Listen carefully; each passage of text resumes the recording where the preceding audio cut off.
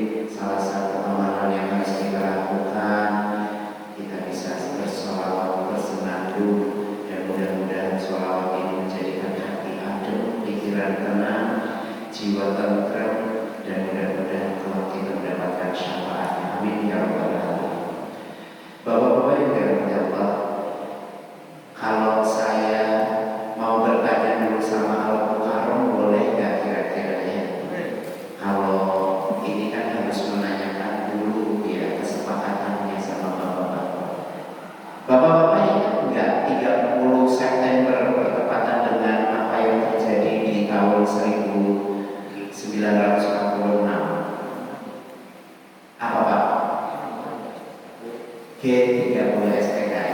Kebetulan ada yang bertanya sama saya, makanya ini harus ditanyakan juga kepada Al Muharram. Apa sih G30 SPKI gitu kan? Apa sih hubungannya dengan sosialis gitu, dengan apa yang termasuk agama atau ideologi atau apa gitu, sehingga sebahaya apa PKI itu atau komunisme itu, sehingga ini perlu dipertanyakan sebelum kita mudah-mudahan sedikit jawaban dari beliau mampu membuat kita tersadar bahwa memang yang seperti itu selalu kita di sekitar kita, bagaimanapun itu akan terus ada gitu.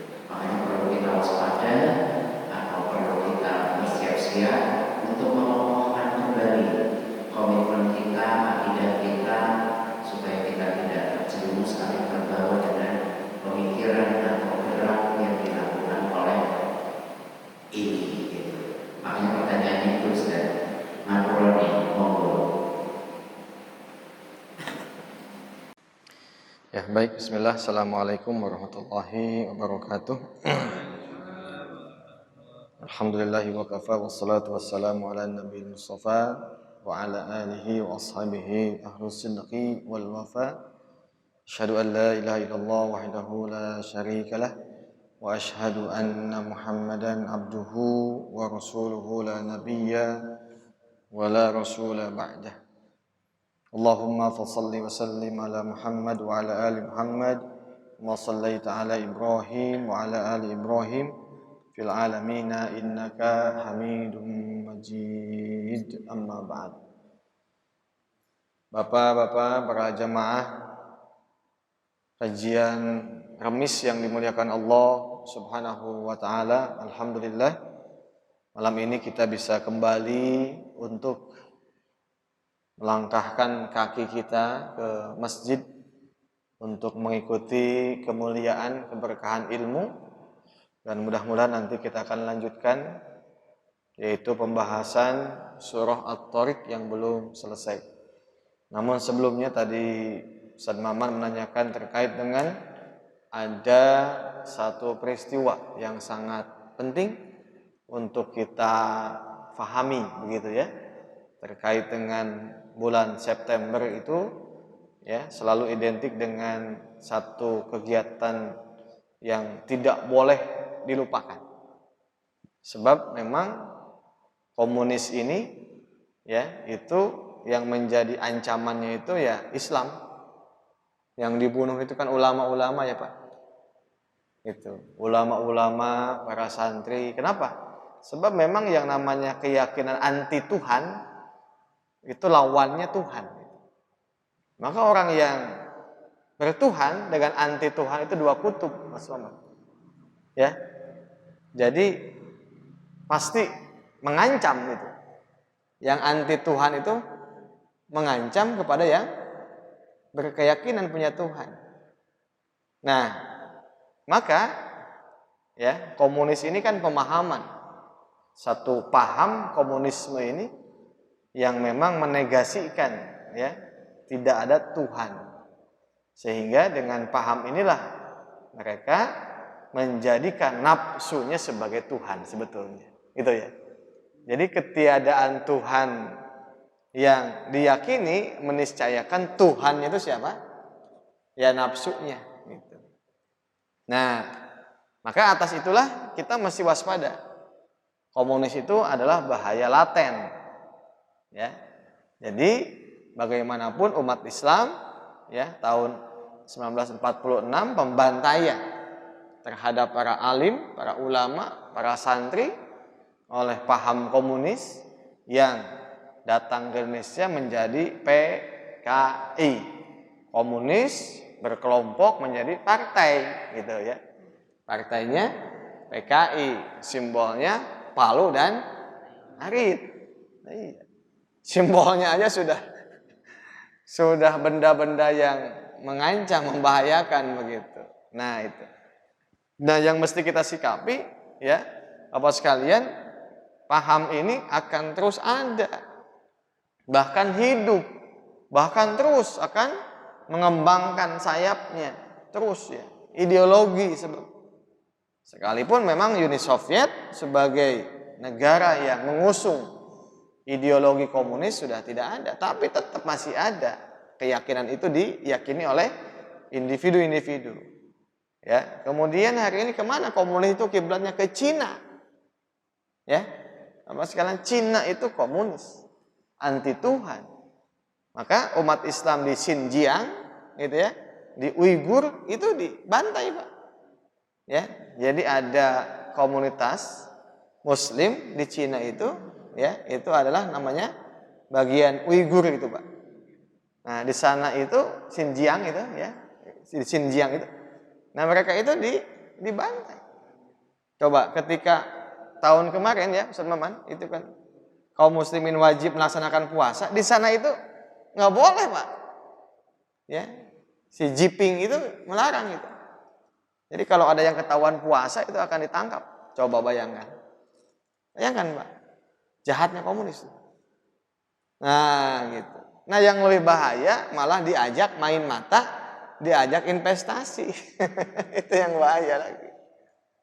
Ya. Nah, itu. Maka awas sekalian, ini penting untuk kita sikapi. Ya, oleh sebab itu maka bagaimana cara untuk ya melawan ideologi paham komunis? Ya, umat Islam harus paham ya bahwa ancaman yang paling nyata itu adalah ancaman pemikiran, faham, isme, ide yang itu adalah merusak umat Islam, diantaranya komunis. Nah, yang lebih menyakitkan lagi adalah bagaimana ya kebijakan politik ada yang memberikan sebuah keputusan presiden bahwa komunis itu bukan pelaku. Nah, gitu. Sudah tahu Pak belum? Ya, ada keputusan presiden nomor 2 tahun 2023 dan 17 2022 ya bahwa komunis itu bukan pelaku tapi korban. Oh. Masya Allah ya. Coba Pak. Dibalik ya Pak ya, dibalik ya Pak. Jadi kita masyarakat dipaksa harus menerima itu. Bahkan tidak boleh ada yang menjelek-jelekan komunis. Coba Pak, kemarin nggak ada yang nonton-nonton. Dulu Pak, waktu saya SD, ya Pak, itu kan wajib ya nonton ya. Betul nggak? Setiap tanggal 30 September itu kan wajib nonton. Hari ini mana? Nggak ada, di sekolah-sekolah nggak ada. Ada nggak Pak? Tos teu aya ini mah. Sebab komunis itu bukan pelaku, tapi korban. Katanya begitu. Jadi udah nggak boleh ditonton lagi tuh film-film yang jenderal, ya. Itu darah ini apa? Merah gitu. Itu ya. Itu sudah nggak boleh ditonton. Gitu. Nggak boleh lagi. Saya juga di pondok, anak santri itu biasanya nonton, ya. Sengaja pakai ini infokus di lapangan gitu. Nah, sekarang udah malah dicirian nonton. Nggak boleh, kebalik. Nah, ternyata setelah adanya keputusan presiden gitu. Ya. Nah, ini Pak, gitu ya. Ini yang disebut dengan pengkaburan sejarah. Pengkaburan. Jadi sejarah itu diputar balikan faktanya, yang mestinya mereka itu diwaspadai apa?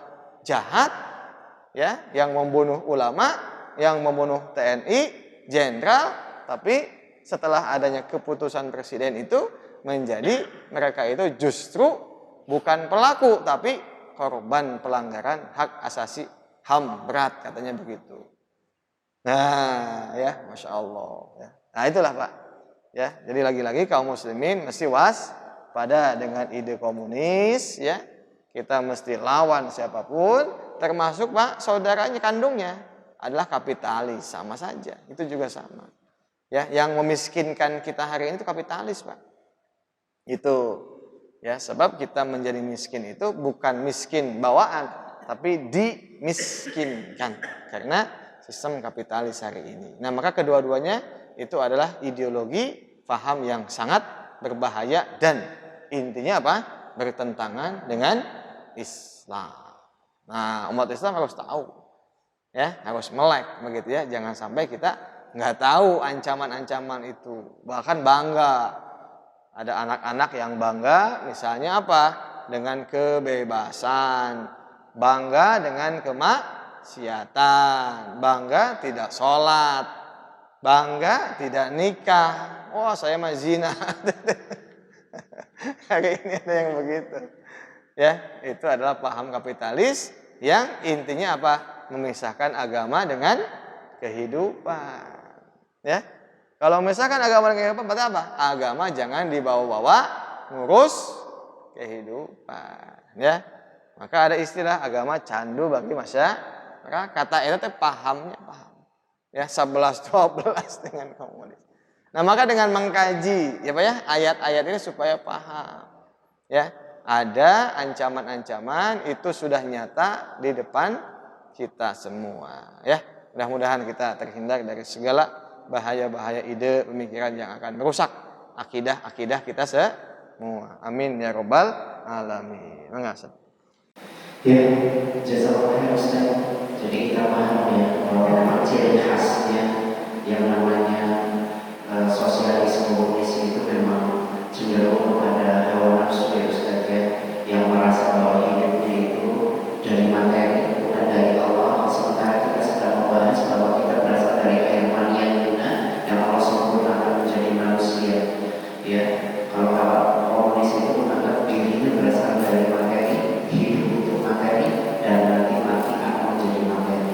Dan ini yang membedakan dengan Islam yang sedang kita bedah, membahas bagaimana kita berasal dari Allah, untuk apa hidup, untuk ibadah, mau kemana, mau kembali kepada Allah, mempertanggungjawabkan semua aktivitas kehidupan kita dari mulai bayi sampai nanti mati, semua ada catatannya, semua ada terperinci dan nanti akan dibacakan, ada CCTV-nya yang bisa kita lihat. Mudah-mudahan ini jadi pelajaran berharga bagi kita, dan kita lanjutkan kembali surat yang akan kita bedah.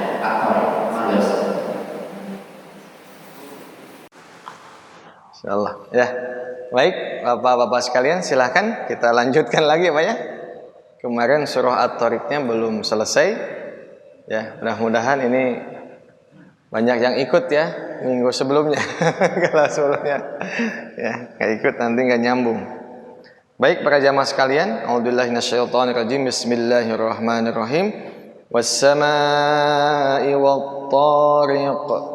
وما أدراك ما الطارق النجم الثاقب إن كل نفس لما عليها حافظ فلينظر الإنسان مما خلق من ماء دافق يخرج من بين الصلب والترائب إنه على رجعه لقادر يوم تبلى السرائر فما له من قوة ولا ناصر والسماء ذات الرجع والأرض ذات الصدع إنه لقول فصل وما هو بالهزل إنهم يكيدون كيدا وأكيد كيدا فمهل الكافرين أمهلهم رويدا. Ya, al-ayah. Baik para jamaah sekalian, ini surah At-Tariq ini surah yang lengkap ya. Surah yang lengkap, bagaimana disebut lengkap itu adalah gabungan antara informasi dunia dan akhirat, itu Pak. Ya, sehingga dalam surah ini manusia itu satu dikenalkan kepada penciptaan Allah. Jadi dalam pembuka surah At-Tariq, Allah Subhanahu wa taala mengawali dengan qasam. Qasam itu apa? Sumpah gitu ya.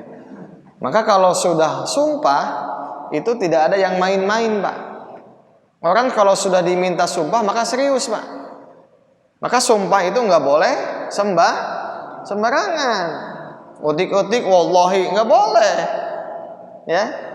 Sumpah itu dipakai, digunakan jika memang dibutuhkan saja, untuk membantah atas tuduhan yang orang nuduh kepada kita, kita tidak melakukan. Nah, itu sumpah. Boleh. Maka sumpah di mana? Ya di pengadilan. Tuh. Maka kalau sudah puncak sumpah itu, bagi orang yang beriman itu Masya Allah takut itu. Efek sumpah itu nanti ada kafarot, Pak. Ada kafarot. Harus puasa itu kalau dia bohong dengan sumpahnya. Ya, itu. Maka kalau ada yang main-main dengan sumpah, pasti bukan orang yang beriman dia. Kalau sudah main-main dengan sumpah, itu. Nah, di sini Allah Subhanahu wa taala bersumpah was-sama'i wat-thariq, demi langit dan apa yang datang pada malam hari. Gitu, ya. Kenapa langit? Sebab langit itu salah satu makhluk ciptaan Allah yang istimewa. Ya, coba lihat betapa indahnya langit itu. Dan at-thariq, begitupun juga apa? Setiap apa yang datang pada malam hari itu, ya, itu Allah jadikan sebagai sumpah. Jadi para jamaah sekalian, di sini Allah tidak bersumpah dengan zatnya melalui penciptaannya itu sesuatu yang mungkin tidak layak dijadikan untuk objek sumpah. Maka objek sumpah diangkat, itu menunjukkan memang kebesaran Allah Subhanahu wa ta'ala. Coba lihat di ayat-ayat lain. Setiap kali Allah menyebutkan objek sumpah, Allah ingin menunjukkan tentang kebesarannya, keagungannya, kemuliaannya. Itu. Nah, kemudian Allah ulang kembali sebagai bentuk taukid. Dan model ayat yang begini banyak, Pak. Al-Qari'ah, mal-Qari'ah. Itu. Wa ma adraka mal-Qari'ah. Ini juga sama. Was-samaa'i wat-tariq. Wa ma adraka mat-tariq. Tahukah engkau Muhammad mat-tariq? Apa yang maksud dengan yang datang pada malam hari itu? Nah, ini Allah bertanya itu bukan Allah tidak tahu, tapi Allah justru ingin menyebut lagi ciptaan sebagai bentuk kemuliaannya apa? An-najmu ats-tsaqib. Ya. An-najmu itu adalah bintang, ats-tsaqib ya, yang bersinar tajam. Jadi cahayanya itu begitu tajam hingga menembus kegelapan malam, gitu Pak. Tsaqib itu begitu. Jadi at-tariq itu apa? Kesimpulannya an-najmu ats-tsaqib. Masya Allah ya. Jadi ini yang dibahas itu adalah ya benda-benda yang ada di langit, Pak. Ya mungkin kalau saat ini sudah ada satelit NASA ya, Pak ya. Sudah ada ya astronot yang sampai ke ruang angkasa. Ini pada zaman Nabi saat ayat ini turun kan belum ada, Pak. Ya, belum ada teknologi yang bisa sampai menembus. Ya. Tapi lagi-lagi justru dengan ayat ini Allah ingin menunjukkan kekuasaannya. Ya, maka di sini di ayat yang ketiga Allah tegaskan, at-tariq itu apa? An-najmu ats-tsaqib. Ya. Jadi seolah-olah cahaya itu dia ingin menembus, ingin menerangi bagaimana gelapnya kegelapan malam itu ya, sehingga langit itu menjadi indah, Pak, ketika ada kelap-kelip cahaya bintang, maka disebut dengan an-najmu ats-tsaqib. Baik, sampai situ kemudian Allah lanjutkan dengan in kullu nafsil lamma 'alaiha hafiz. Nah, lagi-lagi Pak, lagi-lagi Allah menyampaikan kepada manusia ya, bahwa tiap jiwa, tiap makhluk, wabil khusus di sini manusia adalah ya, lamma 'alaiha hafiz. Pasti ada padanya apa? Hafizun, penjaga. Gitu, Pak. Tafsirannya adalah di sini manusia itu ada yang mencatat setiap ucapan, tindakan, perbuatannya. Manusia itu ada yang mengawasi. Manusia itu ada yang mengintai, Pak. Paling tidak kita kenal ada malaikat Raqib dan Atid. Raqib itu apa? Pencatat amal. Amal apa Mas Agung? Kebaikan. Oh, masih ingat SD itu. Atid itu pencatat amal keburukan, ya. Jadi setiap nafsun kan di ayat lain apa? Kullu nafsin dha'iqatul maut. Setiap jiwa itu pasti akan mati, merasakan mati. Nah, ini setiap jiwa itu punya penjaga. Coba Pak, Masya Allah. Kita ini penjaga, ada yang menjaga kita ini. Ya. Hafiz ini menggunakan isim fa'il. Penjaganya yang tidak ngantuk, penjaga yang tidak akan apa? Dikibuli, penjaga yang tidak bisa dikhianati, penjaga yang tidak akan dikibuli ketika bersembunyi gitu. Nggak bisa, Pak. Ya. In kullu nafsin, kullu setiap jiwa itu ada penjaganya. Ya. Maka pantas sahabat sekalian, kalau kita ini ya dijaga, dirawat, diurus oleh Allah. Ya, apa Pak bukti penjagaan Allah? Allah itu menjaga satu Pak dengan malaikat tadi. Atau bisa jadi Allah menjaga lewat apa? Makhluk-makhluk yang kita tidak melihat. Ya. Dalam tubuh kita ini Pak ada tadi kan? Ya, ada bakteri, ada virus yang menguntungkan, ada yang juga merugikan. Jangan Yakul, jangan itu iklan. Minum Yakul katanya. Itu Pak. Ya, coba Pak. Makanan yang kita makan itu siapa yang membuat basi makanan kita jadi basi itu? Itu kan Allah menciptakan apa? Bakteri. Coba. Ya, itu Pak dengan sigapnya tuh. 24 jam itu. Ya, makan siang, besoknya mules. Oh. Insyaallah. Ya. Pak, coba bayangkan, Pak, kalau makan terus nggak dibuang-buang gimana, Pak? Waduh. Ya. Nggak kentut aja, Pak. Waduh, Pak, repot, Pak. Ya. Nah, maka di sini apa? In kullu nafsil lamma 'alaiha hafiz. Apa yang bisa kita pahami, Pak? Apa coba?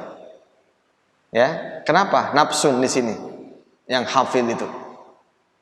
Apa sekalian, manusia itu adalah makhluk yang kalau dia tidak punya kewaspadaan, dijaga, ya, diawasi, maka manusia itu kecenderungannya apa? Maksiat. Kecenderungannya apa? Dia lupa bahwa dia makhluk, bahwa dia lupa ada yang menjaga, ada yang mengawasi. Nah, maka di sini Pak, kenapa nafsun 'alaiha hafil? Sebab manusia yang tidak mengenal Allah, maka ucapan, tindakan, perbuatannya sudah tidak lagi merasa diikat oleh penciptanya. Ya. Maka awas kalian, dengan adanya penjaga kedua malaikat, manusia tidak bisa lepas, tidak bisa lagi beralasan di hadapan Allah dengan hujah kata-kata yang selalu bohong, yang selalu ngibul, yang banyak merekayasa, geus teu bisa. Aya bukti tanggalna, ada bukti jamnya, ada bukti detiknya. Dan malaikat itu la ya'sunallaha ma amarahum wa yaf'aluna ma yu'marun. Enggak ada manusia itu bisa dipakai main mata oleh siapa? Manusia. Ya, coba Pak, bayangkan. Ya, dengan bukti-bukti yang nyata, apa yang mau dikatakan oleh manusia? Ya, sudah tidak ada lagi celah-celah mulut untuk mengelak atas apa yang dia lakukan, dengan seolah-olah mengelabui apa yang sudah dia lakukan selama di dunia. Maka dengan ayat apa Pak? in kullu nafsil lamma 'alaiha hafil. Maka pada ayat inilah Allah mengenalkan zatnya sebagai Tuhan kepada manusia. Gitu Pak. Nah, artinya manusia itu tidak akan tahu nih Pak, kalau tidak dikasih tahu sama Allah. Itu. Jadi yang namanya Allah itu ya mudah saja untuk mengawasi, mengintai tindak tanduk manusia. Nggak ada yang sulit Pak. Itu. Maka hafid di sana akan selalu menjaga, memelihara, memantau dan juga mengawasi setiap manusia.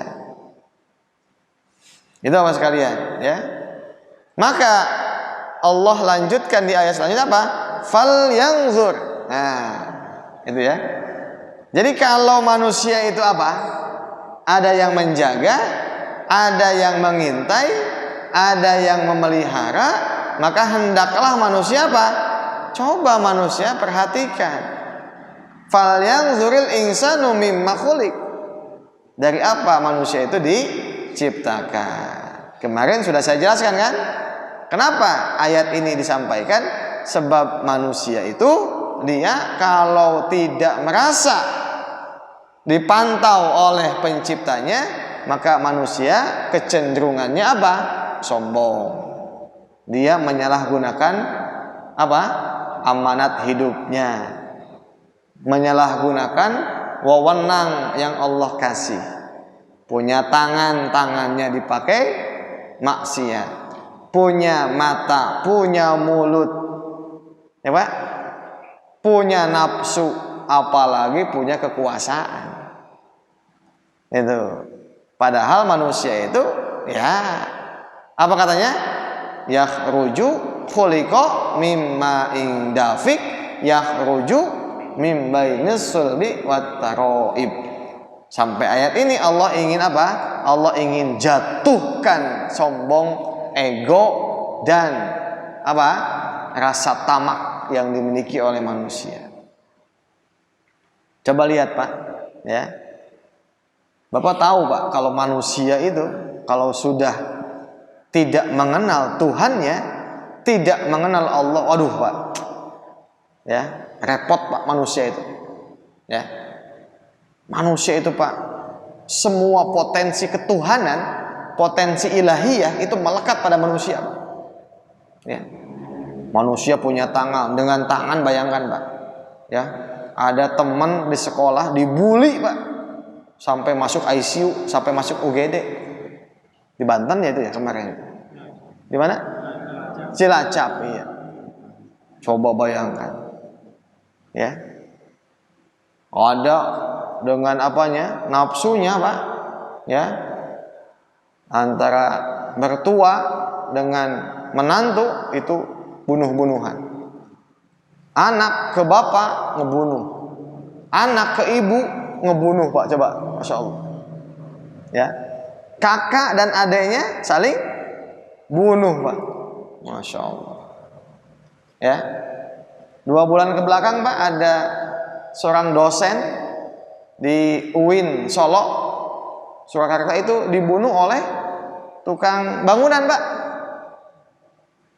Ya, hari Seninnya dia itu kerja di rumah dia, sempat ya pengakuannya kesinggung. Pengakuan yang bunuhnya. Kenapa kesinggung? Ya tadi Pak, kerjaannya nggak bagus. Cek bahasa orang mah dunungan, ya wajar lah gitu. Itu jangan begitu dong. Ya, saya nggak seneng gitu. Kemisnya dibunuh Pak. Oh, Tuhan bukan kayak gitu. Lihat coba. Ya, padahal yang punya nyawa itu Allah.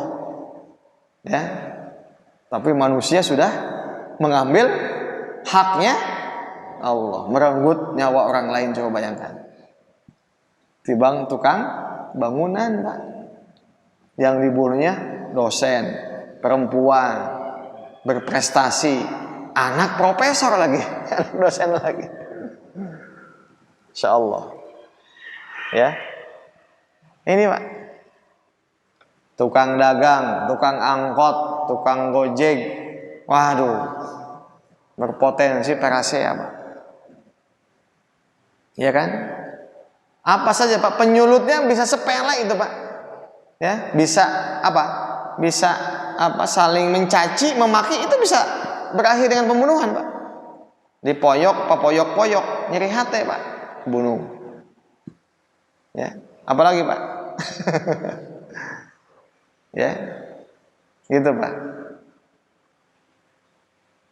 Kalau binatang, ya, Pak, ya, binatang saling bunuh itu nggak ada hisabnya, Pak. Nggak ada hisabnya. Sudah, binatang dengan binatang, Pak, ya, berantem sampai mati, ya selesai saja. Tuh, tapi manusia kan punya akal di sini. Maka para jamaah sekalian, di sini apa? Yakhruju min bainil sulbi wat taraib. Jadi air yang memancar itu dia keluar min bainil sulbi, dari tulang sulbi dan tulang dada.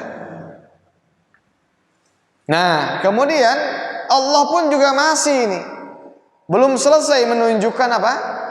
Kekuasaannya dan kehebatannya. Di mana Allah menyampaikan kembali kepada manusia yang sombong tadi, yang so tahu tadi, yang gampang kesinggung tadi, yang gampang hampang lengan tadi. Kata Allah apa? Innahu ala raj'ihi laqadir. Bagi Allah mudah untuk mengembalikan manusia yang mati jadi hidup, yang hidup jadi mati.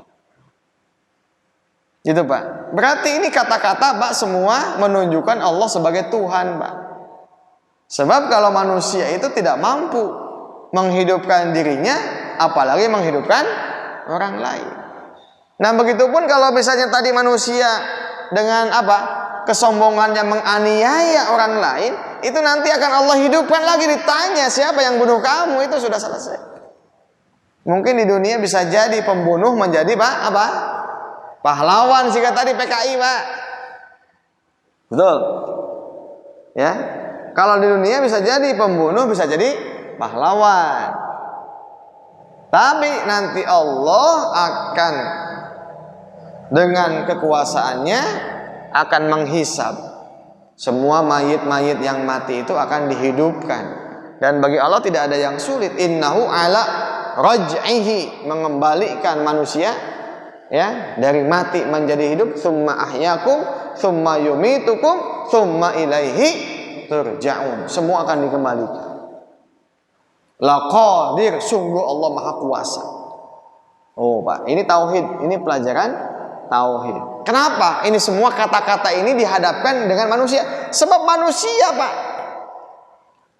ya, yang berlaku sombong, mengambil alih posisi Allah. Ya, manusia seenaknya dengan kekuasaan apa? Merampas. Orang yang sedang enak-enak sudah puluhan tahun, ratusan tahun tinggal, ya, dirempang, kemudian tiba-tiba harus digusur. Nah, itu kan kekuasaan. Ya. Nah, yang paling menakutkan harusnya nih bagi pembaca, yauma tublas sarair. Ini, Pak, di surah At-Tariq ini, Pak, ada kalimat tauhid, ya, yang sangat membuat, ya, apa ya, bulu kuduk meringkak gitu. Apa, Pak? Meringkak bulu kuduk. Yauma, nah, pada suatu hari nanti, tubla, akan disingkap as-sarair, semua rahasia yang disembunyikan oleh manusia saat hidup di dunia. Betul nggak, Pak? Ah, dunia Pak, kamu pelase, Pak. Dunia itu sandiwara. Tadi saja, Pak, di awal sudah kita apakan? Contohkan PKI, ya, yang membunuh jadi korban katanya. Gimana sih? Ya, kumaha sih, bingung saya, Pak. Kok jadi dibela? Itu PKI-nya. Ya, banyak. Kunaon jadi dibela? Geus pugu-pugu salah PKI teh, kunaon jadi dibela. Ya. Itu kan aneh begitu. Malah nggak boleh kita menyalahkan tuh kan. Yaumat tublas sarair, apapun nanti yang disembunyikan, ya, apapun nanti yang dirahasiakan akan disingkap. Oh, Pak. Mangtak jeung Allah mah tong sumput salindung. Ya. Penguasa mengkhianati rakyat kayak disingkap ku Allah kebohongan. Kedok kebohongan. Ya. Manusia dengan manusia saling menzalimi, mengkhianati. Ya. Yang membunuh tidak ketahuan, yang salah jadi pahlawan. Ya, Pak ya? Itu. Nggak ada nanti di dunia mah Pak ya, sejahat-jahatnya kalau manusia membunuh tapi disebabkan punya jasa ya, hukuman pembunuhan jadi nggak jadi. Ramai kemarin kita menyaksikan bagaimana ya seorang aparat penegak hukum menembak anak buahnya, itu jadi perhatian siapa Pak? Semua rakyat Indonesia. Tiba-tiba diputuskan mati, banding seumur hidup. Nanti kasasi ya dikompensasi lagi, Pak. Dunia lah itu. Dunia. Pak. Itu. Tapi orang yang mungkin gak punya duit ya sudah. Nah, nanti mengada Pak, yauma tublas sarair. Pengadilan Allah yang maha adil akan menyingkap semua rahasia-rahasia yang sudah manusia sembunyikan. Walaupun katanya, wah saya mah tidak disuap, saya mah tidak disogok, saya mah objektif. Nanti akan Allah tampakkan. Aduh, Masya Allah. Ini Pak, ini mahal Pak. Penggalan ayat ini mahal. Ini bagi orang yang beriman takut Pak, ya, sehingga dia paham dunia itu buat apa. Jangan naon ngabohong, jangan naon subuh salindung. Buat apa jabatan kalau pada akhirnya dia akan dituntut di pengadilan Allah. Masya Allah. Ya, jadi RT, jadi RW, jadi lurah, jadi camat, jadi bupati, dituntut apa Pak? Dituntut. Masya Allah. Ya, sepintas enak punya kendaraan, punya fasilitas, punya jangan. Betul Pak? Iya, punya kebijakan. Kalau lihat ayat ini Pak, takut Pak. Kita nggak tahu kan? Nggak tahu. Rakyat itu nggak tahu Pak. Ya, iya nggak tahu Pak. Ya, kong kaling kong, siapa yang jadi siapa dengan siapa. Kenapa si anu nggak si ini? Kenapa si ini menang, si ini kalah? Itu nanti akan dibuka, disingkap, disingkap. Jadi kalau menyingkap itu apa? Sesuatu yang masih sama, yang nggak ketahuan. Disingkap. Jadi ditembongkeun gitu. Tubla itu ditembongkeun. Brai gitu. Waduh. Rahasia-rahasia ya. Maka malu kita sebetulnya. Dosa-dosa yang sempat kita lakukan, ya Allah, mudah-mudahan dihapus. Ya Allah, mudah-mudahan tong ditampakkan. Makanya tobat, Pak. Tobat. Ya, malu kita. Ya, bulan bin bulan tanggal sekian jam sekian baheula ya. Memeh jadi pemuda hijrah, sempat menjadi pemuda tukang mabok, tukang zina. Aduh ya Allah. Ya, sekalian. Alhamdulillah kita di sini Pak. Ya. Maka yauma tubla as-sarair. Semua ya rahasia-rahasia akan dibolekerkeun ke sana, disingkap. Nah, awas sekalian nih lihat Pak. Nanti pengadilan Allah yang akan menyingkap semua apa? Rahasia yang disembunyikan oleh manusia di mana? Di dunia. Famalahu min quwwatin wala nasir. Allah sih gagas apalnya Pak ya. Kenapa Pak? Ada kalimat famalahu, nggak ada baginya kekuatan dan ada yang menolong Pak. Pak, biasanya Pak yang suka merahasiakan itu dia yang punya kekuatan dan enggak dekeng. Betul nggak? Betul nggak? Rakyat kecil Pak yang tidak punya kekuatan, apa yang disembunyikan Pak? Nggak ada. Hah? Siapa yang suka khianat? Siapa yang suka menyembunyikan fakta? Siapa yang suka memutarbalikan fakta? Yang punya kekuatan dan punya pelindung. Nasir itu pelindung, penolong, pelindung. Ya, itu. Dulu masih ingat Pak, ada santri Pak. Santri mata boga pelindung. Ketika buat masalah, buat kejahatan langsung diciduk. Ya, tapi kalau yang sipit-sipit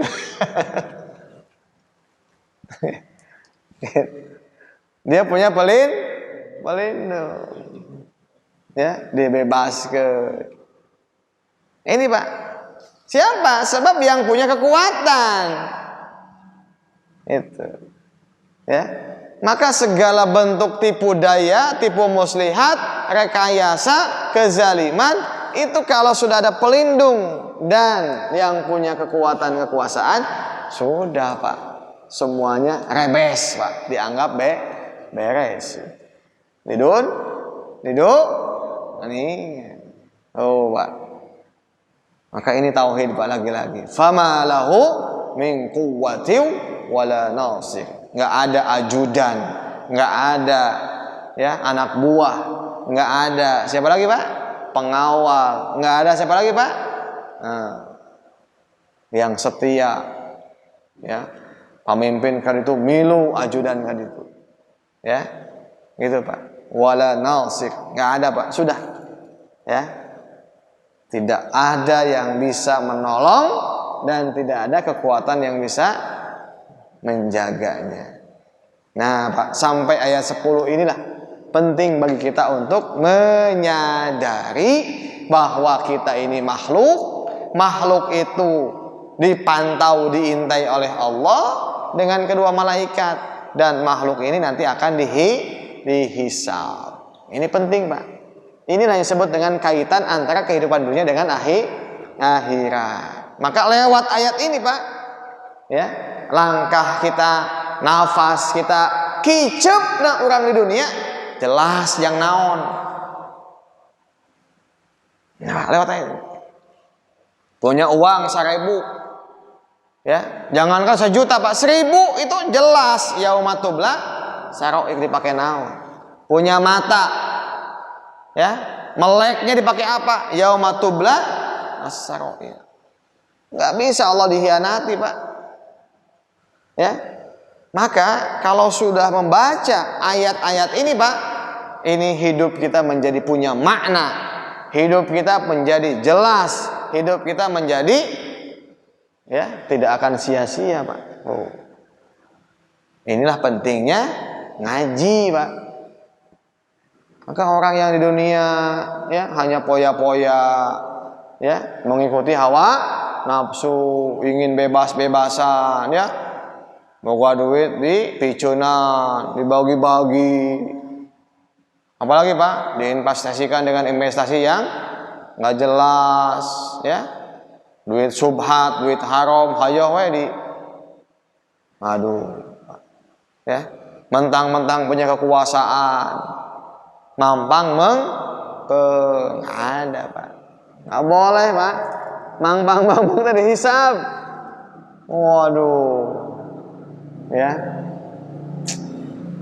ngompeng berjabat seenaknya, menzalimi rakyat. Nah gitu Pak. Nah baik para jamaah sekalian, sampai ayat yang 10 itulah ya gambaran bahwa Allah itulah Tuhannya manusia. Maka manusia sebagai makhluk tidak boleh ya tadi melepaskan ikatan dengan Sang Pencipta. Maka pencipta itu selalu ada pada makhluknya.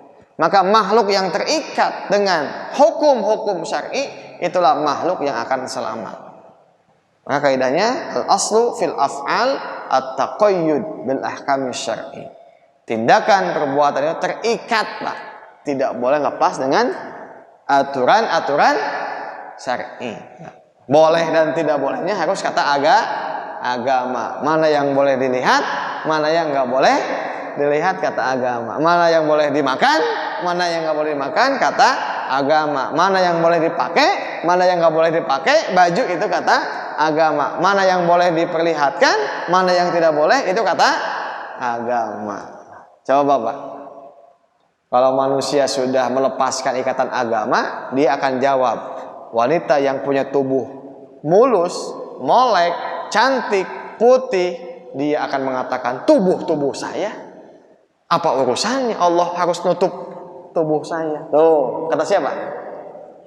Kata yang melepaskan penuh itu picilakaun, Pak. Ya. Bukan hanya nanti Pak celakanya, mana? Di dunia saja sudah terancam oleh mata-mata jelalatan, hidung belang laki-laki. Ya. Iya, Pak. Kan timbulnya perzinahan itu akibat apa, Pak? Auratnya tidak ditutup. Masya Allah, ya. Mama lahu min quwwatin wala nasir. Maka orang yang suka berkhianat, orang yang suka zalim, itu dia merasa punya pelindung dan punya kekuatan. Iya, Pak. Coba lihat, Pak. Dulu ketika awal dakwah Nabi di Mekah, pengikut Islam itu siapa, Pak? Ya, budak, orang miskin. Betul nggak, Pak? Iya. Yang susah siapa, Pak? Pejabat, pemimpin. Siapa lagi, Pak? Abu Thalib itu, Pak, Masya Allah, orang kaya, sultan kalau bahasa hari ini, Pak. Abu Thalib itu, ya. Abu Lahab, sultan itu, Pak. Sudah penguasa, punya jabatan, punya harta, Pak. Susah. Sebab dia merasa punya pelindung, punya kekuasaan. Nah, gitu. Nah ini Pak sekalian, jadi betul ini ayat ini. Yauma tublas sarair fama lahu min quwwatin wala nasir. Baik Pak sekalian. Ayat selanjutnya ada was-sama'i dzatir raj'i wal ardi dzatis sad'i. Indah sekali, Pak. Ya. Nah, lihat, Pak. Di sini demi langit itu, Pak, ya, yang mengandung hujan. Dari langit terus, Pak, hujan.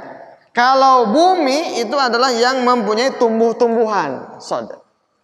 Lihat, Pak. Hubungan antara langit dan bumi, lihat.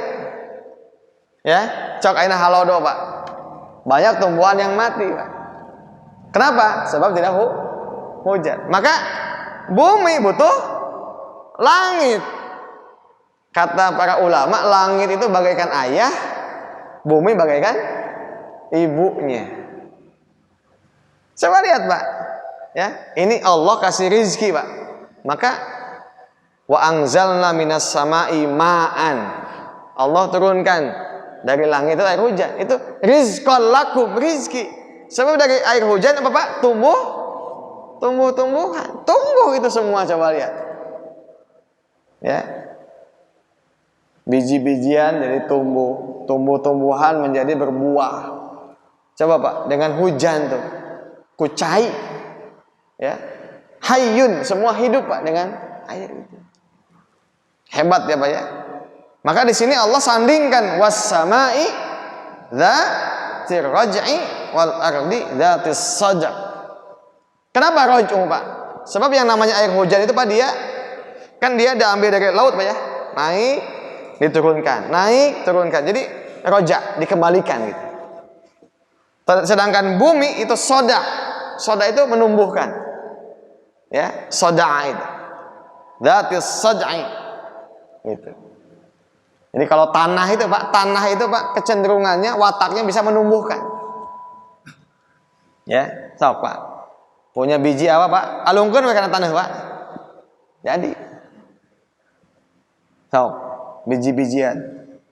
Innallaha falikul habbi wan nawa.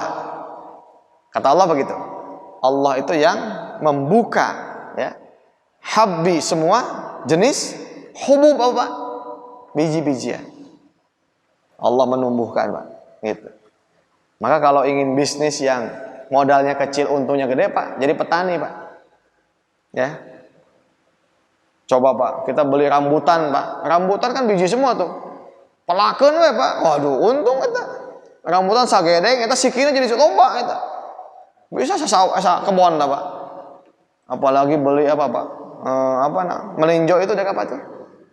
Toge itu? Kacang hijau itu kan coba Pak, masukkan aja ke botol. Jadi itu. Ya, Masya Allah. Ya, punya ikan Pak misalnya Pak, sajodo Pak, anakan loba Pak. Waduh, itu Allah itu. Ya, nah gitu Pak. Jadi wal ardi dzatis sadai. Nah, Bapak sekalian coba lihat. Saya katakan di awal apa? Ini surah yang lengkap. Kenapa? Menggabungkan antara dunia dan akhirat. Nah, yang paling istimewa Pak, Allah mengatakan innahu laqaulun fasl wa ma huwa bil hazl. Allah menegaskan kembali buat apa hidup di dunia itu? Allah menurunkan Al-Qur'an. Innahu sesungguhnya Al-Qur'an yang Allah turunkan lewat lisan Nabi Muhammad laqaulun fasl. Ya. Ungkapan yang faslun itu pemisah. Pak, lihat. Orang yang sudah terbentuk Pak, jiwa apanya? Jiwa Al-Qur'annya, dia punya mata hati, punya batin yang dia tidak akan bisa menyatu dengan kebatilan. Ya. Serapat apapun itu batil dibungkus kaangse Pak. Ku ahlul Quran. Ya, walaupun senyumnya begitu sumringah, walaupun wajahnya ganteng, walaupun hidungnya mancung, tetap saja kalau dia bawa misi kebatilan, geus kaangse batil ente mah. Ya, jadi orang mukmin yang dia itu apa? Punya jiwa Quran, maka dia tidak pernah akan terbohongi ya oleh sikap-sikap yang tidak jelas. Apalagi sampai masuk lubang yang kedua kali, apalagi sampai 10 kali asup ke lubang yang sama. Maka geus tong sok katipu deui ku si eta Pak. Nah, gitu. Nu geus ge tukang tipu. Ya Pak ya. Gitu. Paham Pak maksud saya? Ya. Mau ganti wajah bagaimanapun sepanjang yang dipakainya mobil yang sama, nggak bakal jauh berbeda Pak. Betul nggak Pak? Sok aja Pak. Ya, mau sampai kapan Pak? Intinya apa Pak? Ganti pakai Islam. Itu aja Pak. Saran saya. Sebab kita mau umat Islam. Umat Islam itu ya tidak ada yang paling pas dengan imannya kecuali aturan Islam. Harusnya begitu Pak. Sok Pak, kita sholat Pak. Pakai aturan apa? Aturan Islam. Boleh nggak sholat nggak pakai Islam? Ya nggak boleh. Ya. Nah pertanyaannya aturan Islam itu apakah hanya di sholat? Kan bukan. Muamalah ada Islamnya. Ya. Kemudian tindak kejahatan ada hukuman pakai Islam. Dari mulai pencurian, perzinahan, sanksi pidana. Apalagi Pak? Ngurus ekonomi pakai apa? Islam juga. Politik pakai apa? Islam juga. Gitu. Nah, gitu ya. Jadi bukan hanya sholat Islam itu, tapi semua aspek ada aturannya. Nikah ada nggak Pak? Ada. Masuk WC ada nggak? Ada. Mau hubungan suami istri ada nggak Pak? Ada. Nyen budak wae aya aturan ada. Oh. apalagi yang gede-gede. Terus mau pakai siapa kalau bukan pakai Islam? Umat Islam kalau nggak pakai aturan Islam, mau pakai apa? Nggak ada. Nah, maka di sini apa? Innahu laqaulun fasl. Kalau umat Islam itu sudah menerapkan Al-Quran dalam kehidupannya, fasl, ya, dia itu menjadi apa? Menjadi terpisah dengan kebatilan. Sebab kalau yang batil masih ada pada yang hak, atau orang yang iman tapi dia tidak kelihatan imannya, maka belum terwujud apanya? Al-Qur'annya. Ya, maka kalau Indonesia hari ini masih banyak korupsi, ya, masih banyak yang miskin, masih banyak kezaliman, masih banyak pembunuhan, tah berarti eta teh naon, Pak? Pasal can katingan. Pasal itu apa sih, Pak? Paslon itu kelas. Ini Pak, pemisah nih. Kita ke sholat Pak, pakai hijab itu pasal namanya Pak. Betul nggak? Dipisah Pak. Kenapa Pak orang jahat itu dipenjara? Kenapa Pak? Saya tanya. Kalau orang jahat tidak dipisah Pak, kalau orang jahat tidak dimasuk ke LP, itu yang habis ya Pak? Orang baik, betul nggak? Coba lihat Pak, kalau di hutan yang bebas, singa, harimau, itu kan binatang buas. Disatukan dengan rusa, onta, sapi, ya, yang habis siapa Pak? Nah, gitu. Ya. Tapi Pak bayangkan Pak, kalau yang dipisah yang baik-baik itu kemudian dipisahkan, yang jahat-jahat dilepaskan, kumaha Pak? Kebayang Pak? Itu harusnya yang jahat yang dipisahkan. Ini malah kebalik Pak. Nah maka innahu laqaulun fasl. Kalau orang sudah menggunakan Quran, pasti jelas pemisah Pak. Yang namanya Nabi Muhammad tidak pernah akan berteman selama-lamanya dengan Abu Jahal. Yang namanya Nabi Musa pasti dipisahkan dengan Fir'aun, sekalipun Fir'aun itu bapak angkatnya siapa? Musa. Dipisahkan tidak Pak? Dipisahkan, bahkan jadi memusuhi. Pisah Pak.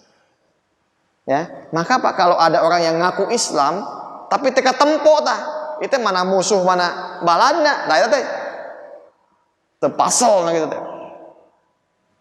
Apalagi cipika-cipiki jeung penjahat, aduh aneh Pak.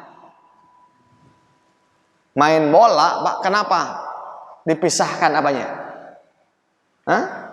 Dipisahkan gawangnya, dibedakan baju kostumnya. Kenapa, Pak? Supaya jelas mana lawan, mana kawan. Betul nggak, Pak? Betul nggak, Pak? Setuju nggak? Coba bayangkan, Pak, kalau dua kesebelasan sama bajunya, Pak, gimana, Pak? Hah? Kita ngasupkeun anak ke mana coba Pak? Oke.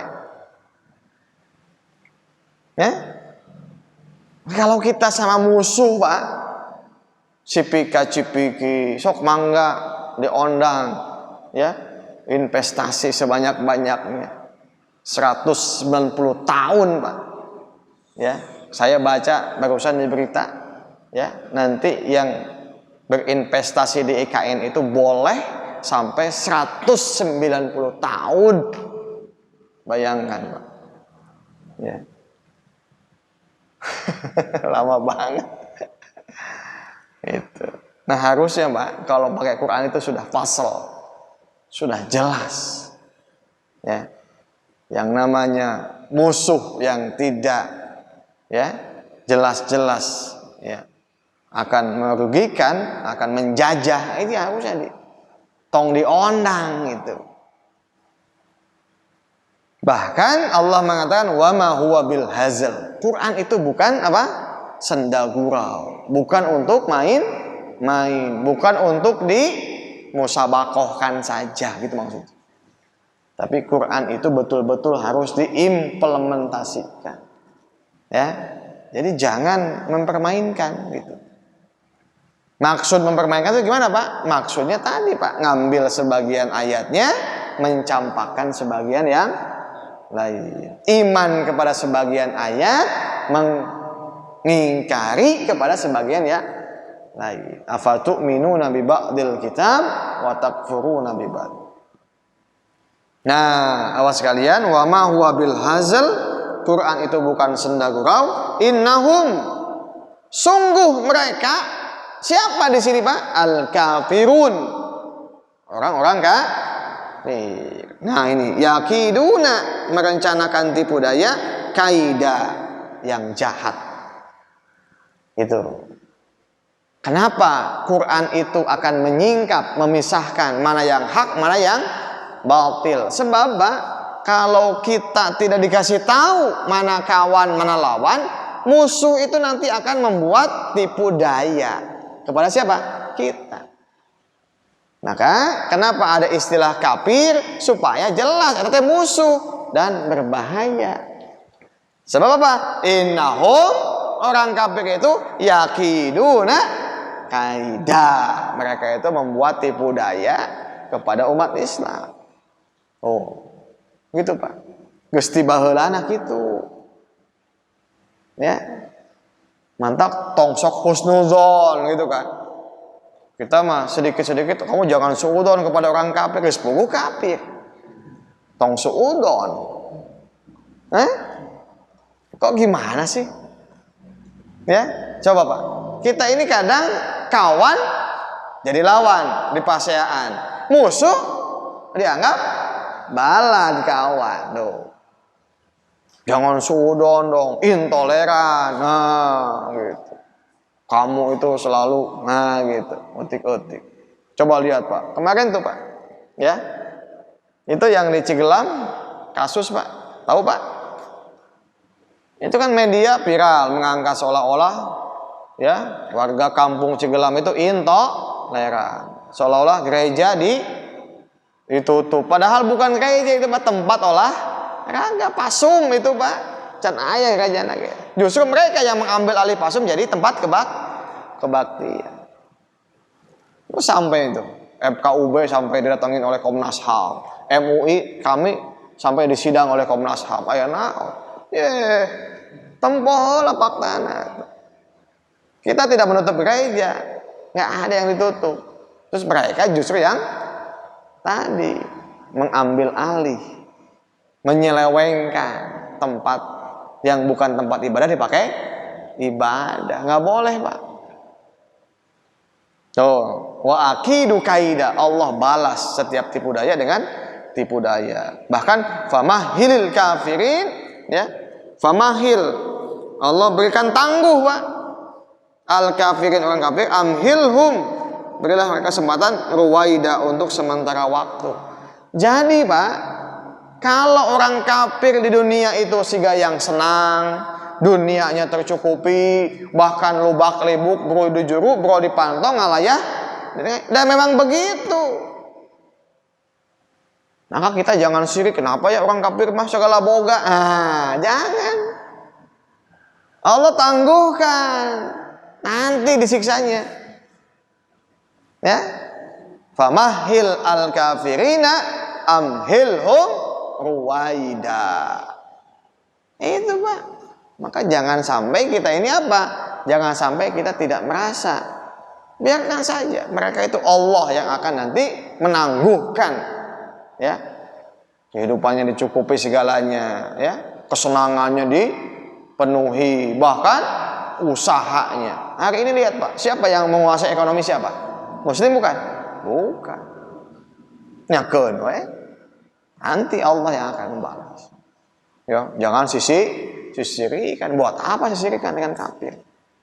Ya, mereka mau melakukan apapun, ya nanti Allah akan balas. Ya, jadi sekalian di sini di 3 ayat penutup Allah tegaskan kepada kita Quran sebagai fasal, pemisah. Maka kalau ada umat Islam yang tidak bisa memisahkan mana yang baik dan mana yang buruk, mana yang hak, mana yang batil, dia sesungguhnya tidak menggunakan Al-Quran. Maka apapun kalau menggunakan Al-Quran jelas siga cai jeung minyak gitu. Tapi lamun masih kena ngahiji berarti can make Al-Quran. Nah, terus selanjutnya apa Pak?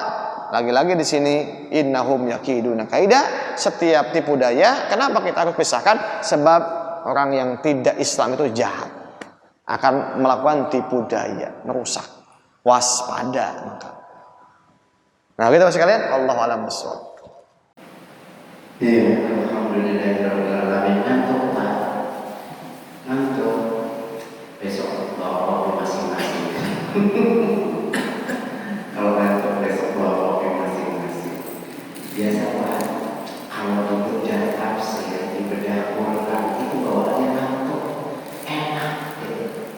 Coba nonton bola gitu, coba nonton dangdutan gitu, melek gitu. Tapi coba dibacakan Quran, kenapa ya hawanya gitu? Ya fitrahnya kok jadi enak gitu. Allah itu memberikan kok semilir enak gitu ya. Masya Allah. Bapak Ibu, Masya Allah, alhamdulillah. Kita diberkahi dengan cara seperti ini, kita jadi bisa mengetahui diri kita sekarang ada di posisi mana. Sekarang kita sudah paham bahwa kita itu agamanya Islam, Tuhannya Allah, Nabinya Muhammad, petunjuknya Quran, kiblatnya Ka'bah. Jangan merepet membahas hal-hal yang ini urusannya tentang cabang-cabang yang wajib kerjakan, yang satu pemikiran, satu perasaan, satu aturan Al-Quran. Supaya apa? Supaya kita tidak mudah diadu-domba oleh orang-orang kafir. Karena orang-orang kafir itu kerjanya siang malam, uang yang banyak, waktunya yang banyak dihabiskan untuk bagaimana kaum muslimin itu jangan sampai paham Islam. Ya, itu TV 24 jam memangnya dikira bukan racun Pak. Itu menggerogoti bagaimana keyakinan kita. Film dengan berbagai genre, musik dengan berbagai genre, anak-anak muda diajak untuk menjadi orang-orang yang tidak mengenal Islam, yang senangnya gurau-gurau. Apa yang akan terjadi dengan generasi muda nanti? 5 tahun, 10 tahun yang akan datang. Hari ini saja guru yang tadi disampaikan oleh Al-Mukarram sampai diperlakukan seperti itu. Kenapa pendidikan Islam? Kenapa Al-Quran tidak mewujud?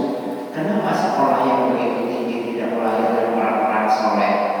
Karena tidak berbincang dan tidak menyadari diri bahwa kita itu dari air mani yang hina, yang Allah sempurnakan menjadi manusia, yang harusnya tunduk, merunduk, sadar diri dengan segala kelemahannya, bukan mengambil posisi sebagai Tuhan, ingin disederajatkan dengan Tuhan, yang tidak akan mungkin.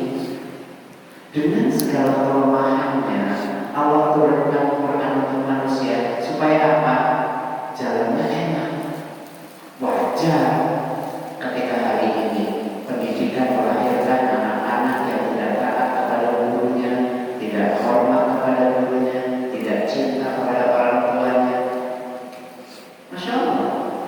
Di mana coba ada anak hari ini berani minta motor yang RX ini atau apalah itu, ya dikasih yang metik, ditendang-tendang Pak, motornya itu diangkat, dibanting, nggak mau. Bisa kayak gitu Pak. Hari ini terjadi. Kenapa bisa begini? Yuk kita evaluasi baik-baik. Jadikan Al-Quran ini menjadi satu-satunya syifa, obat dari berbagai problematika umat yang begitu banyak. Jangan sampai menjadi manusia-manusia yang sombong, dikasih sedikit kenikmatan sombong, mata-mata sombong gitu. Dikasih nikmat sedikit sombong, dikasih kekayaan dikit sombong, dikasih sedikit kekurangan, ketakutan, kegelisahan, nggak ngerasa.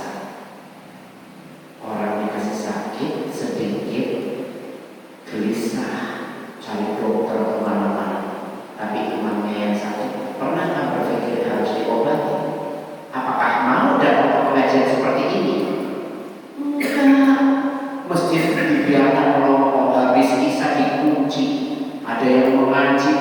gini, nggak peduli. Kenapa? Nggak merasa itu penting, nggak merasa itu sesuatu hal yang harus kita mulai menyadari akan ada akhir di mana ketika Allah ketok palunya kontrakmu hidup di dunia habis. Saya umur 15 tahun, minggu depan atau tahun depan kita ya diambilnya, nggak pernah tahu. Apakah kita bisa mendeteksi apa yang akan terjadi 5 bulan ke depan, 5 menit ke depan? Nggak ada. Sudah sejauh mana investasi kita untuk akhirat? Yuk tanyakan pada diri kita, apakah kita sudah memberikan harta kita untuk Allah sementara itu juga titipan? Tenaga kita, pikiran kita untuk Allah, karena semuanya itu titipan yang bakal ditanya. Aku titipkan rezeki ini, titipkan pikiran ini, titipkan ilmu ini, sudahkah diberikan kembali? Jangan seperti orang yang diberikan ilmu oleh Allah itu seperti air yang mengendap, tidak jalan, ujungnya apa? Busuk, bau, banyak kuman. Jangan menjadi orang yang berilmu, tidak mau menyampaikan kembali. Setelah datang di sini, sampaikan kepada anak, kepada istri, kepada keluarga, kepada tetangga, bahwa hari ini kita membicarakan tentang pentingnya kita mengenal Allah, ciptaannya, dunia sampai akhirat telah dibedah. Sumpah atas ciptaannya, atas ketinggian derajatnya Allah. Ada yang mau didiskusikan enggak? Maka boleh, boleh, nggak apa-apa. Bismillahirrahmanirrahim. Assalamualaikum warahmatullahi wabarakatuh. Sebelumnya perkenalkan nama saya Tantan dari Jalan Kamboja, Gang Kuburan. Pak Ustaz, saya mau bertanya langsung aja dari poin. Sebentar lagi kita akan ada negara Indonesia melakukan pesta rakyat, ada pemilu, pilkada atau pilpres, yang mana itu kalau pasti terjadi ada kalau sudah terpilih ada pengangkatan, yang mana pengangkatan itu disumpah dengan Al-Quran. Sebagai tadi kalau sudah terangkan bahwa sumpah itu adalah Allah sedang menerangkan bahwa keagungannya, sedangkan sumpah yang para calon pejabat ini, sumpahnya itu yang ditanyakan apakah termasuk penistaan agama atau selain penistaan agama ada mempermainkan agama. Soalnya banyak orang yang disumpah di atas Al-Quran, tapi dia melakukan maksiat atau korupsi atau zina, bahkan bisa terjadi yang lainnya. Mungkin itu aja yang saya tanyakan. Assalamualaikum warahmatullahi wabarakatuh. Waalaikumsalam. Iya, kita suka lupa dengan janji ya, dengan sumpahnya sendiri. Ya, termasuk tadi. Mangga Ustaz. Ya, saya akan jawab ini dalam surah Al-Mujadilah ya. Ini Allah dengan gamblang menyampaikan kepada kita tentang tipe orang munafik. Ya. Jadi orang munafik itu kata Allah wa yahlifuna 'alal kadzibi wa hum ya'lamun. Mereka bersumpah atas kebohongan wa hum ya'lamun, padahal mereka mengetahui. Kemudian di ayat yang ke-16 Pak, dalam surah Al-Mujadilah, ittakhadhu aymanahum, mereka menjadikan sumpah-sumpah mereka junnatan, sebagai perisai. Jadi seolah-olah dengan sumpah itu dia ingin menunjukkan kepada orang lain, ini saya nih ya gitu. Gitu ya. Jadi si gitu. Gitu. Jadi sebetulnya dia perisai ya. Fasaddu, lalu mereka menghalang-halangi ansabilillah. di jalan Allah. Falahum adzabun muhin, maka bagi mereka siksa yang sangat menghinakan. Ini persis apa yang tanyakan tadi. Ya, jadi intinya adalah sumpah itu bukan untuk mengkelabui, menunjukkan kepada orang bahwa seolah-olah dia itu mau menjalankan Quran, tapi dia sebenarnya disumpah bukan untuk menjalankan apa yang disumpahnya gitu. Gitu. Ya, jadi mestinya seorang umat Islam ketika dia disumpah dengan Quran, harusnya dia ya mampu, mau dan berusaha untuk menjalankan apa yang menjadi sumpahnya tadi sesuai dengan Al-Quran.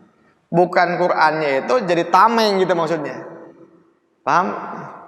Ya, supaya mengkelabui seolah-olah Qurannya itu adalah ya dijadikan sumpah, tapi setelah dia bersumpah maka mengkhianati ya apa yang diperintahkan oleh Allah dalam Al-Quran. Nah, itu contoh munafik.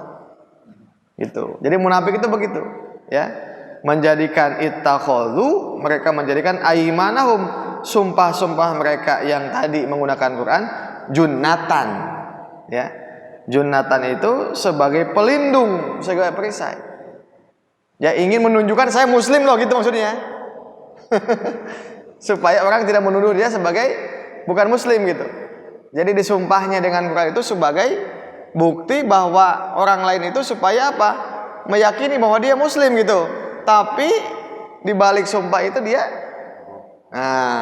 justru malah menutup, menghalang-halangi jalan untuk taat kepada Allah. Berbuat zalim, kebijakannya apa? Tadi begitu ya, malah menyusahkan rakyat, ya. Kemudian juga keputusannya malah mengambil alih tanah rakyat, kan begitu. Itu disebut dengan ittakhadhu aimanahum junnatan fasaddu an sabilillah. Bagaimana ancamannya? Falahum adzabun muhin. Nanti mereka itu yang mengambil sumpah dengan tameng-tameng supaya mengkelabui orang lain, gitu ya, maka mereka akan dapat siksa yang sangat menghinakan. Begitu ya Kang Nanta. Ya, jadi jelas sumpah itu bukan untuk tadi ya, bukan hanya ingin. Nah, itu munafik gitu, yang begitu. Wallahu a'lam bishawab. Ya, alhamdulillah kita setiap hari juga bersumpah 5 kali dalam sehari dalam sholat kita.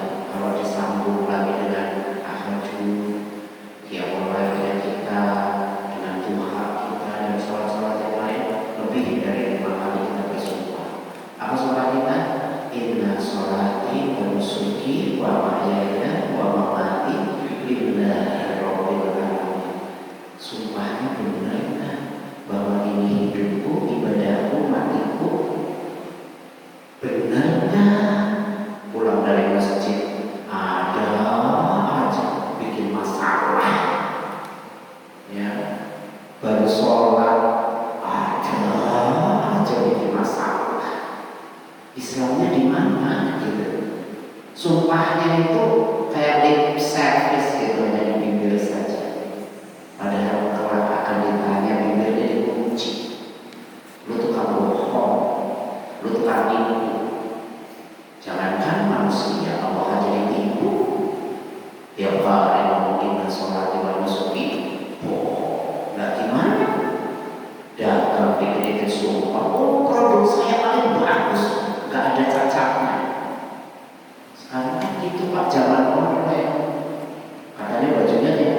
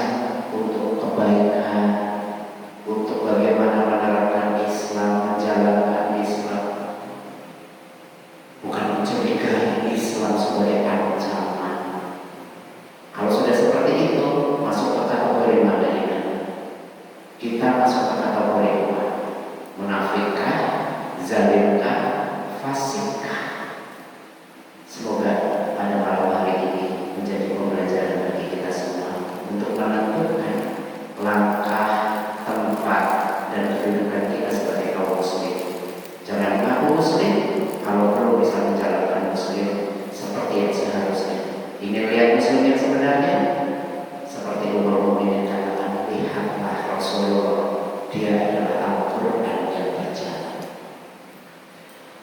Terima kasih. Jazakallah khair. Ada lagi? Kalau nggak ada, kita tutup nih. Ada? Mangga. Assalamualaikum warahmatullahi wabarakatuh. Waalaikumsalam.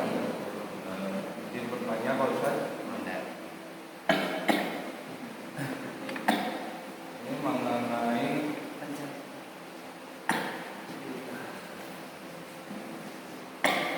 Ini mengenai surat atau Apa namanya siapa?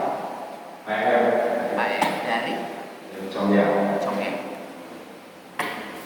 mengenai Katolik ayat 4, setiap orang itu ada penjaganya, bahwa setiap orang itu ada yang menjaga berupa malaikat yang ditugaskan oleh Allah untuk mencatat amal baik dan amal buruk ini. Ini yang disampaikan.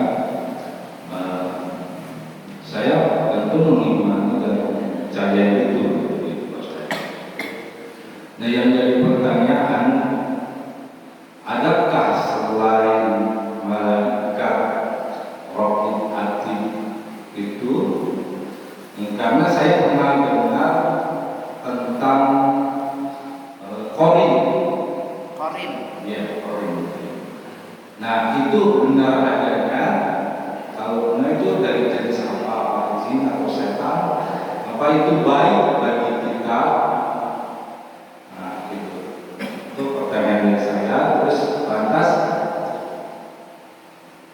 saya juga pernah melihat ini di kampung ada satu keluarga, ya salah satu anggotanya itu ada yang meninggal. Selang beberapa hari ahli warisnya itu dia kerasukan dan yang merasuknya itu katanya itu dia nggak mengaku almarhum.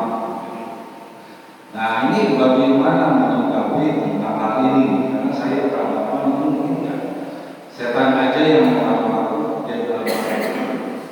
Nah, mohon penjelasannya dan bagaimana cara menyikapi saya untuk memberitahukan ke setan ya adalah mungkin di masa depan masih ada anggapan seperti itu yang ditakutkan itu bahwa itu meyakini bahwa itu almarhum walaupun isi dari bicaranya itu benar. Mungkin itu yang ditanyain sama saya. Assalamualaikum warahmatullahi wabarakatuh.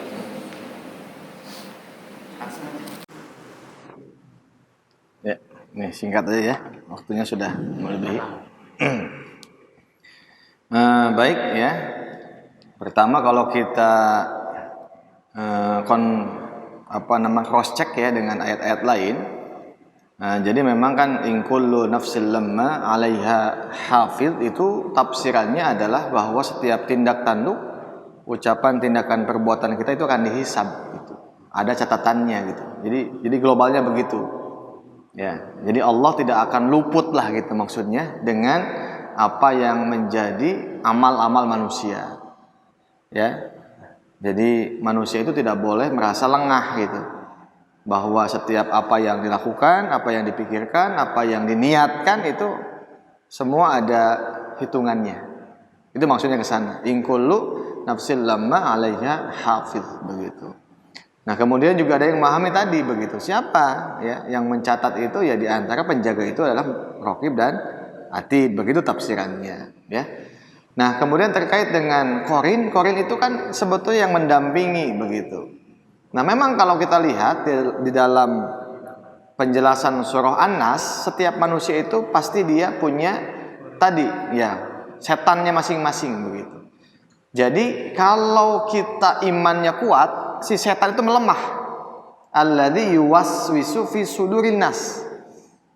Inna syaitana yajri majrad dam. Setan itu akan mengikuti aliran darah kita.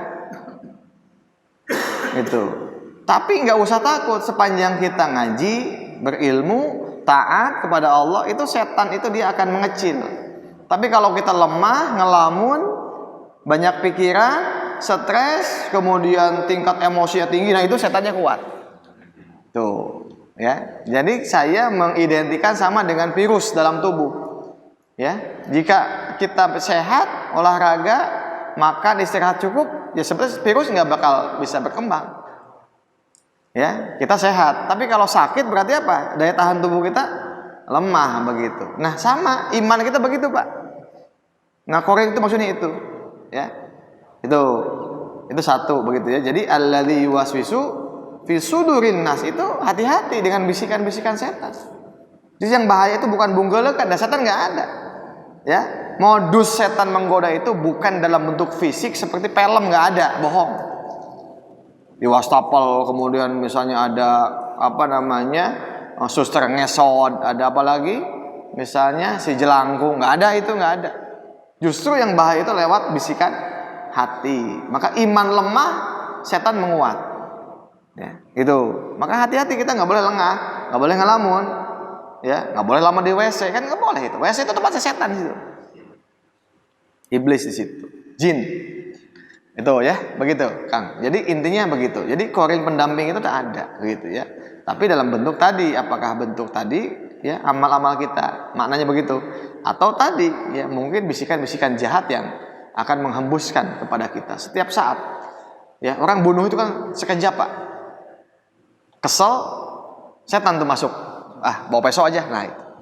Sekejap itu. Ya. Sambo itu sekejap, Pak.